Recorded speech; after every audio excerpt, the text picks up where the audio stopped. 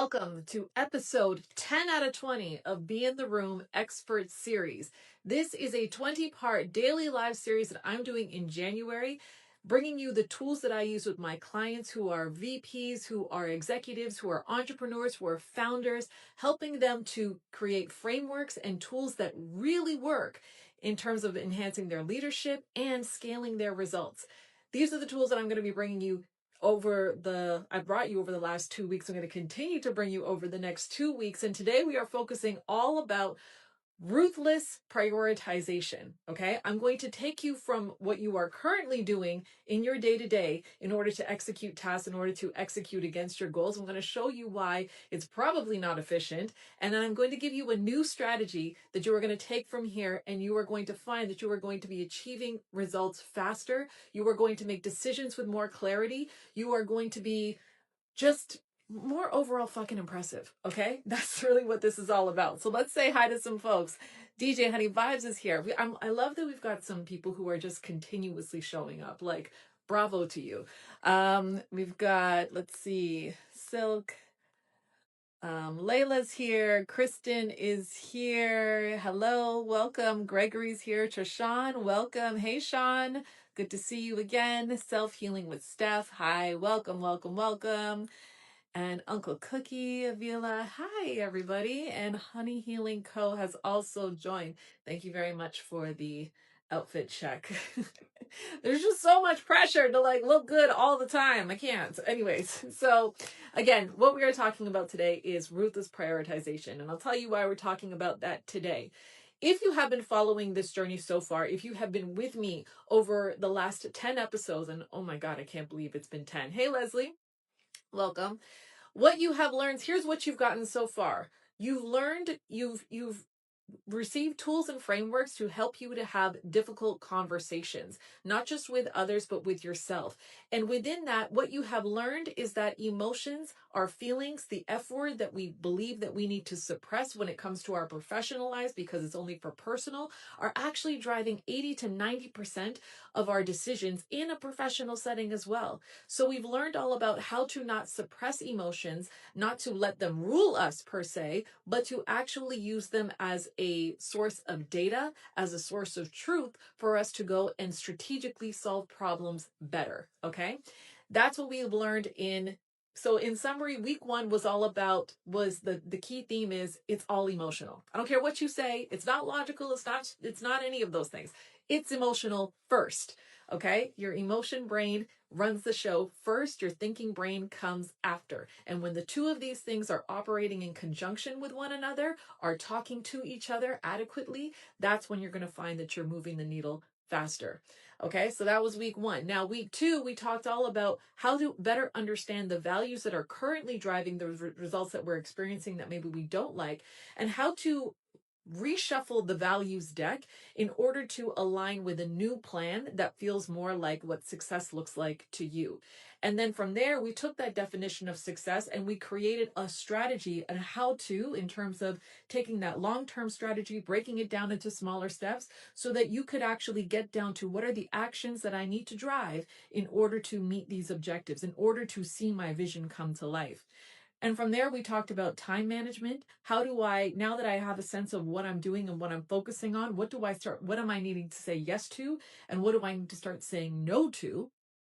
And then from there now we're moving into, okay, now you know what to do.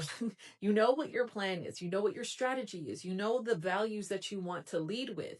And you know the specific actions that you need to be taking. But the biggest thing that people get caught up on from that plan is feeling the overwhelm of, man, there's so much to do. How do I prioritize on what to focus on next? And how do I know if the thing that I'm choosing to prioritize is the right thing? Okay. Now, it doesn't matter if what your goal is. This methodology that I'm going to show you today is applicable in all scenarios. I don't care how busy you are. I don't care how important you think you are. I'm going to say this to you now because this is what will change the game for you.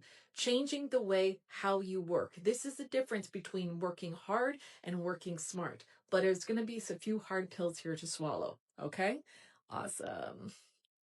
Yay, I'm glad you're catching the live as well. Okay, if we are ready for this. All right, so What I see most people do when high performers come to coach with me, one of the things that they will talk to me about when they talk about feeling overwhelmed is their to-do list. They have so much to do in a day that at the end of the day, they even though they know what they want to do, they know what they want to accomplish. One, they don't make time for the things that they actually want to accomplish. And number two, because of that, they feel like, man, how is it that I've done so much in the day, but I still feel unaccomplished? Like I still don't feel like I'm moving the needle, like I'm not making any progress. And the problem is because we don't actually take the time to define what accomplished looks like ahead of time. Okay? So you always say like, oh, I want to feel more productive. But you don't define what does productivity look like. You say I want to feel successful, but you don't take the time to say, well, what would need to be true in order for me to feel successful?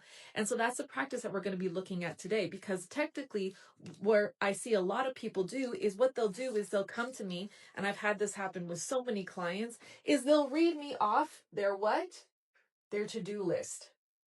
And their to-do list is a series of tasks that just keep going, right? And if some of you are familiar with this list, how many of you in the chat right now keep a to-do list on a day-to-day basis? How many of you have something like this that you live by, where you take down notes and you copy down things that you need to do because you don't want to forget to do them? How many of you do that in the chat here? I can see some folks. I'll tell you that this is a very common practice. This is something that I used to do. Something would come up, I would put it on a to-do list. Now, the problem with the to-do list, though, is what? The problem is with a to-do list is it never stops. There's never a to done because the to-do list continuously grows, right? You start off with a list of 6 things to do, and by the end of the day, it's 25 things. And at the end of the day, even though you've crossed things off, you actually get to a place where you've crossed off 7 things, but because there's still 14 things left, you feel unaccomplished. And this is the reason why we do this, is because when you have a to-do list that looks like this, your feelings, your brain will go to look to prioritize oftentimes low-hanging fruit. What can I cross off my list that is easy to get done? What can I cross off my list that I can do in the span of 5 minutes? What can I cross off my list that somebody else needs, or is that is urgent? That is the way that we guide how we do it. So, and we do it that then we what gets prioritized is the what can I cross off my list, right? That is the driving motivation. What can I cross off my list? Because our brain loves that dopamine hit of being able to do that. Oh, God, love it. See that? Oh, did that, did that, did that. That is what we are using to guide a to-do list, which is why at the end of the day, it doesn't matter. It's almost like as long as there's a checkbox there in the moment, that makes me feel accomplished. But then at the end of the day, I haven't done the things that are really important, that are really necessary. So this is why I tell my clients, do not create a to-do list. And I love what you said here, Layla. I do, but I only have 3 things on it. Learn that from you. Someone's ahead of the class. Absolutely. Because what I'm telling you to do now is I'm telling you that you need to ditch your to-do list. Okay? You don't have a to-do list anymore. This isn't working as much as I'd like it to. You don't have a to-do list anymore. What you have now is a priority list. And that list is only allowed to have no more than 3 things on it. 3 things. That's all you can have on that list. So a lot of you are like, that's insane, Lauren. There is no world where I can only accomplish 3 things. That's stupid. I would never get anything done. I'll fall behind. I have way more than 3 things to do. This doesn't mean that you're only going to do 3 things. But what you are doing is you are looking at your to-do list and you are saying, what are the 2 to 3 things that I need to do today or on this list that are a priority that will make me feel accomplished? Now here's some criteria. One, you need to be able to put it on your list, and that thing that you wrote down, one of those things needs to move the needle towards the goals that you set for yourself. It needs to move the needle. Number 2, it should likely make you feel a little uncomfortable. In other words, it almost should be a task that if it wasn't on this list, you probably procrastinate on it. Like you probably would avoid doing it. And because we have procrastinate and we avoid, again, because of our feelings, oftentimes we procrastinate on something because a fear of not doing a good job or a fear of it being unpleasant, a fear of how long it's going to take. So those are the things, those things that feel unpleasant are actually potentially the things that are going to be most impactful towards your goals, but you will deprioritize them over things that you feel like you can cross off your list quickly. You see how the psychology is working against you, right? See how crossing things off your list is actually working against your goals. And here's why this gives you a differentiating factor. Why this gives you differentiating is because in a world of people who are doing to-do lists, in a world of people who are prioritizing what they can cross off their list and avoiding tasks that will actually move the needle because they're uncomfortable, because there's a fear of not doing a good job, because it's a stretch, that when you prioritize those things, immediately you move ahead. Immediately you move ahead of the others, right? So again, you're not just focusing on it is three things, but those three things are going to be impactful. Those three things are moving the needle. Those three things are stretching you.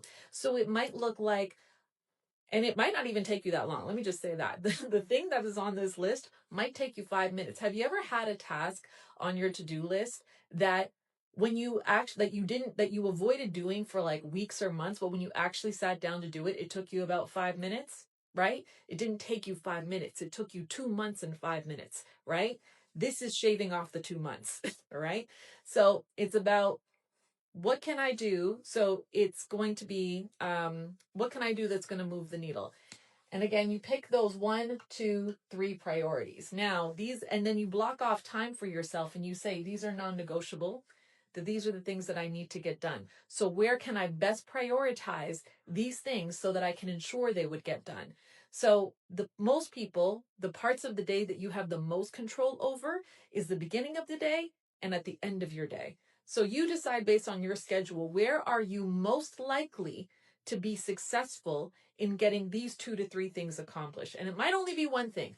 It could just be one thing on your priority list, depending on the size of it. But the key is that it's important and it moves the needle. And it might just be one thing. That's fine. But it cannot be more than 3. Because once you pass this 3 threshold, now we're into a to-do list.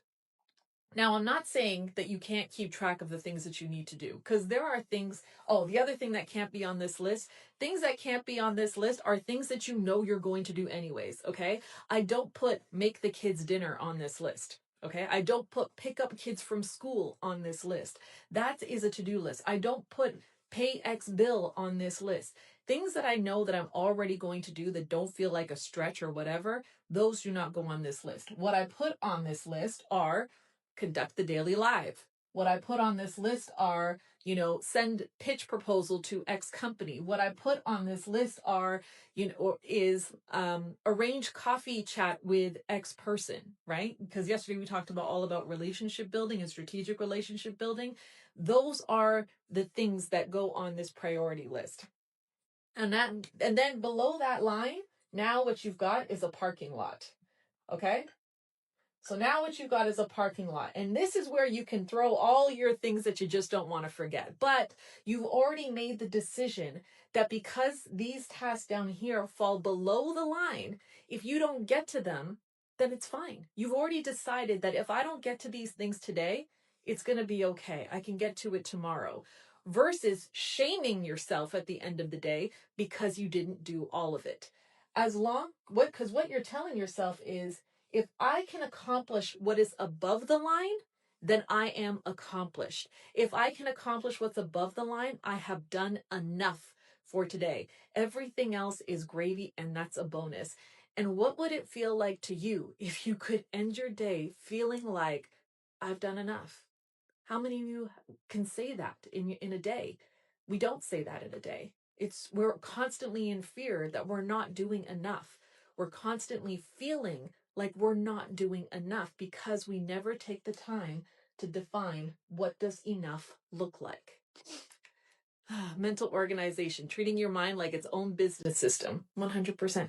Because We need systems we need to pair our emotions with systems in order to regulate them, in order to move forward. Because when it comes to this list up here, this list is full of emotion. This list is full of fear. This list is full of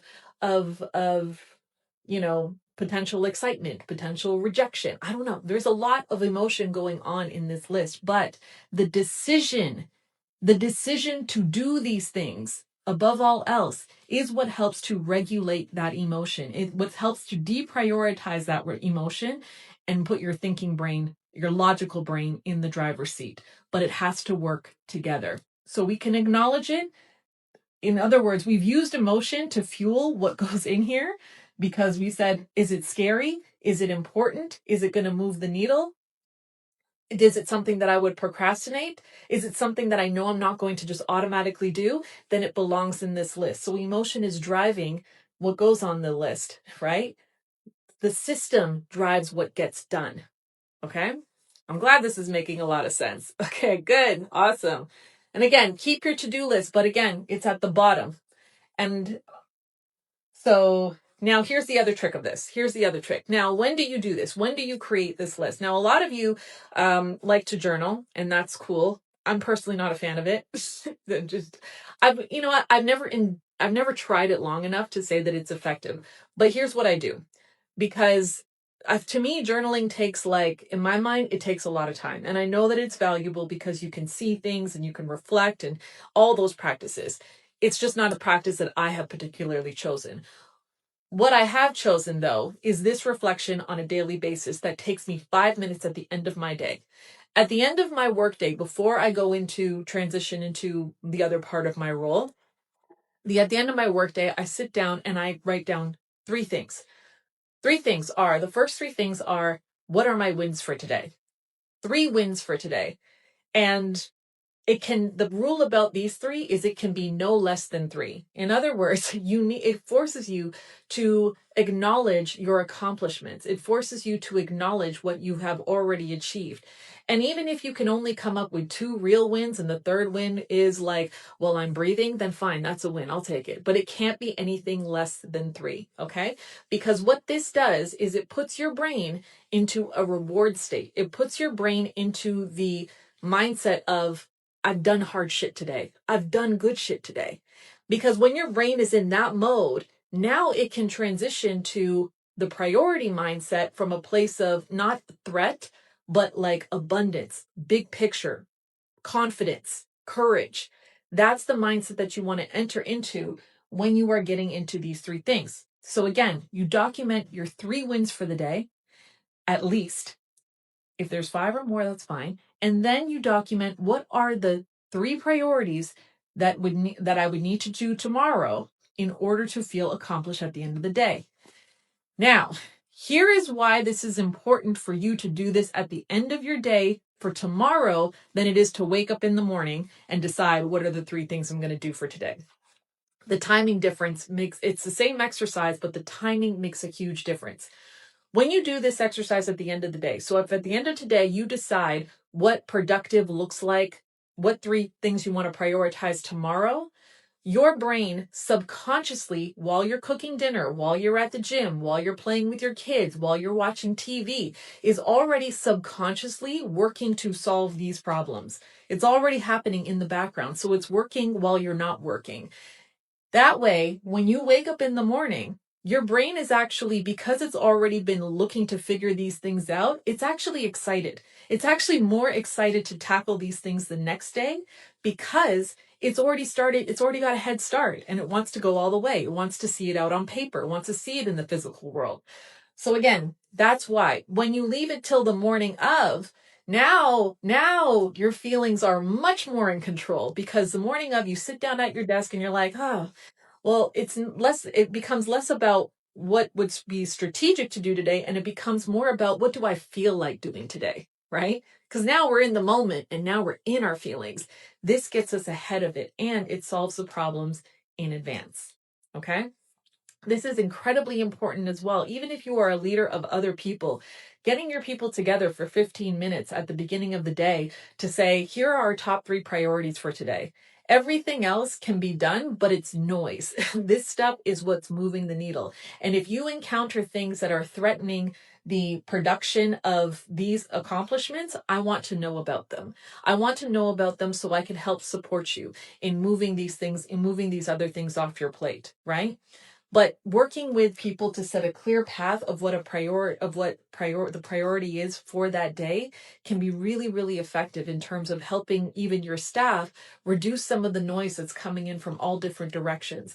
And that leaves you with more confidence that people are actually focused on things that matter to the business versus things that matter to them in that moment, because the two things can be very, very different. All right. How's that landing with some of you? So again, we're ditching the to-do list. We now go to priority list, and the title of the priority list is what would accomplish look like at the end of the day. Define it in advance. The other thing that you're going to do, and again, the 3x3 challenge at the end of your workday, experiment with this for 2 weeks and just see what happens. I've seen this change the game for so many. Document your 3 wins for the day, and then go document your 1 to 3 priorities for the day, for the next day, and just see what happens. See what happens with your confidence. Notice what is happening with your productivity. Notice what is happening with your results, and just try it for like 2 weeks over and over and over again. It is a 5-minute practice that you can do that is perfectly achievable to do. And honestly, I just don't know any other way to be productive and effective, because even though I do this exercise for myself, and I do this on a bigger scale, I actually start my month off with what would accomplish look like for the end of the month. And then at the beginning of the week, I look at that list and I was like, okay, well, if this is what accomplished looks like for the month, what do I need to do in this? What does accomplished look like in this week that's going to move the needle towards that? And then at the end of the day, I look at the week and I was like, okay, what are the tasks that I need to do that are going to move the needle towards what I need to accomplish for the week? That is how I break it down.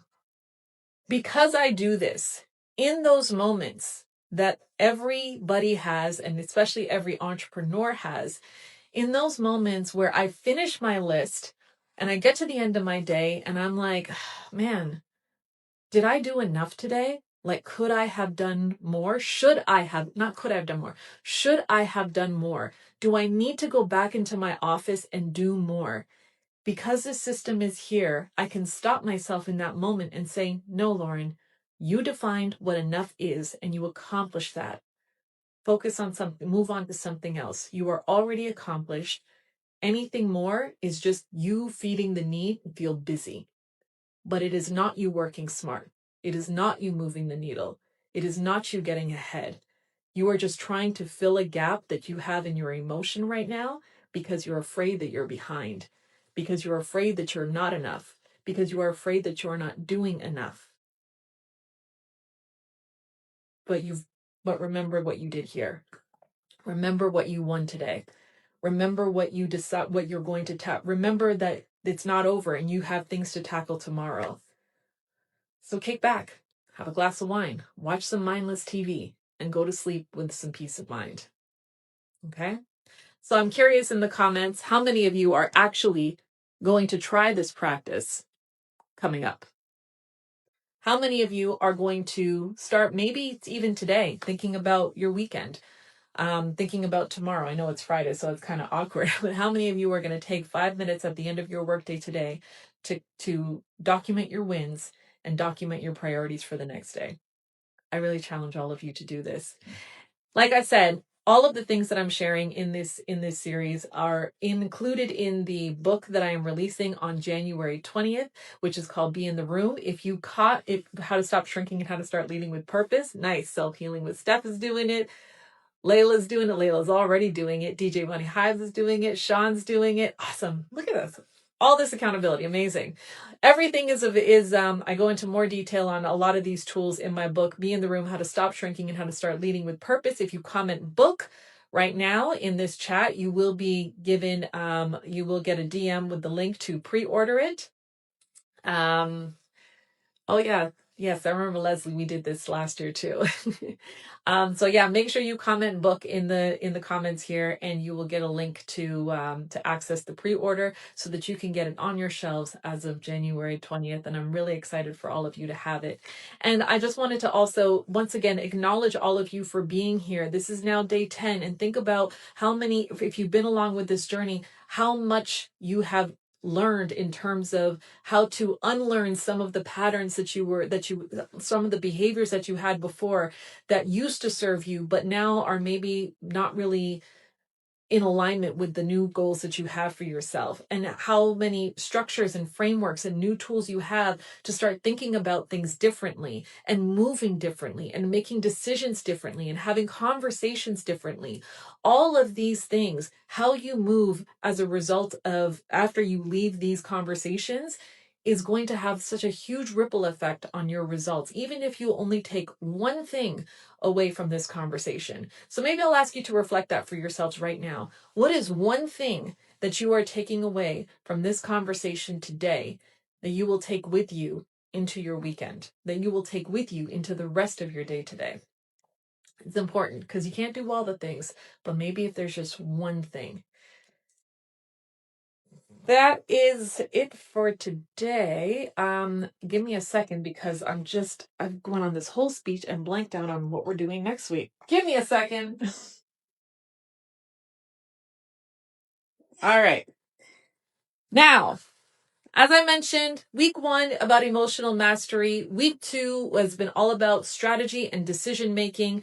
And again, this is what you're going to focus on, what you're going to prioritize. That is a huge game changing decision making tool that is at your disposal.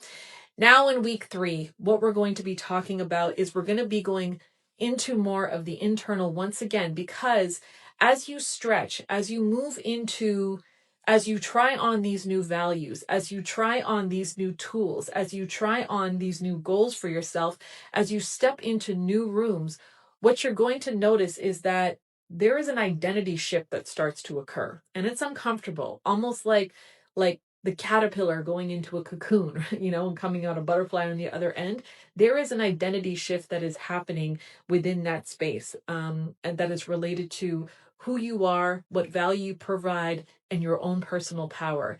That is what we're going to explore in the next over the next week, because in order for you, it's one thing to focus on the tactical things that come along with achieving new things, with achieving new goals, and it's a completely other thing to start to visit, like, who am I and who am I becoming as a part of this? What are the parts of me that I want to maintain, and what are the parts of me that maybe I need to leave behind if I want to go from here to here, especially as I grow as a leader?